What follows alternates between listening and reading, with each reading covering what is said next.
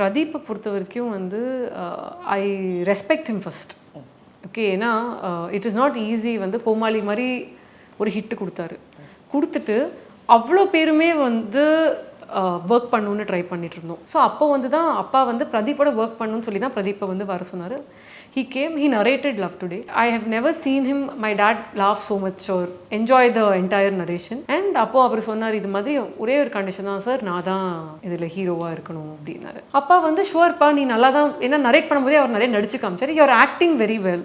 ஒரு short film அவர் பண்ணதையும் காமிச்சார். he said, இல்லை யூ கேன் ஆக்ட், என்னால் தாராளமாக பண்ணலாம். ஏன்னா நாங்கள் வந்து ஏஜிஎஸ்ல ஜீவா வச்சு தான் திருட்டு பயிலவே பண்ணோம். ஃபர்ஸ்ட் படமே வந்து இஸ் நாட் அ ஸ்டார். ஒரு இது சேரன் சார் வச்சு யுத்தம் சை பண்ணியிருக்கோம், சதீஷ் வச்சு நாய்சேகர் பண்ணியிருக்கோம். So we are not averse to having new directors, new heroes la engalukku vandu issue kediyadu. We are confident about the script and I really like the fact that a person who had so much opportunity or a dream kaga he waited. He is not after fast decision pannonu illama he waited and he did it.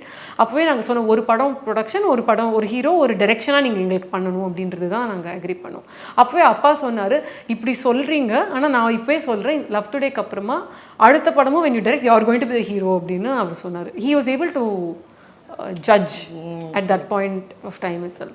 அதனால தான் பிரதீப் வந்து ரொம்ப special. Because ரொம்ப simple, hard working, okay, extremely hard working and disciplined and இது வரைக்கும் and ஆட்டிடியூட்ல very simple person.